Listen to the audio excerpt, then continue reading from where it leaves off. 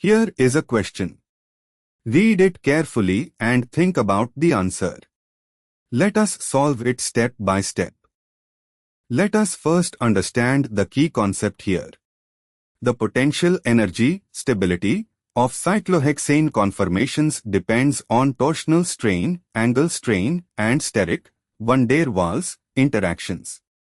The order of stability from lowest to highest potential energy is chair twist boat half chair. Moving on to the next step. Identify the conformations shown. Option A chair conformation of a desubstituted cyclohexane, likely dimethylcyclohexane, where both methyl groups occupy equatorial positions. This is the diequatorial chair conformation. Option B a chair conformation where one methyl group is axial and one is equatorial or both axial. This is a less stable chair conformation. Option C a twist boat or boat conformation of the desubstituted cyclohexane.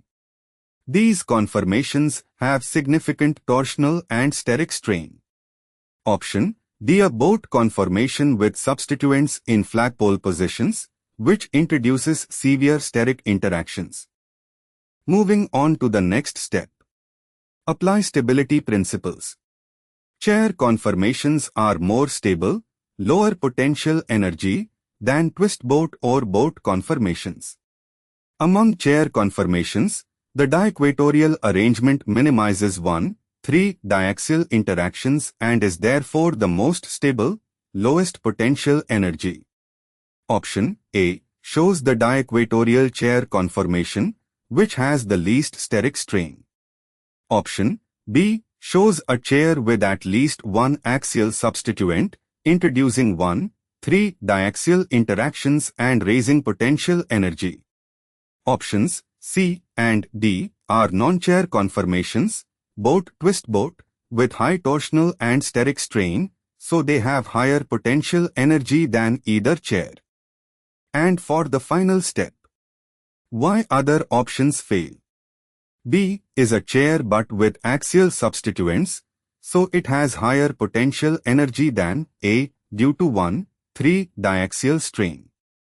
C is a twist boat or boat conformation, inherently higher in energy than any chair form. D is a boat conformation with flagpole interactions, making it the highest in energy among the options. Conclusion. Option A, the diequatorial chair conformation, has the lowest potential energy among all structures shown. Therefore, the correct answer is A. Therefore, the correct answer is option A.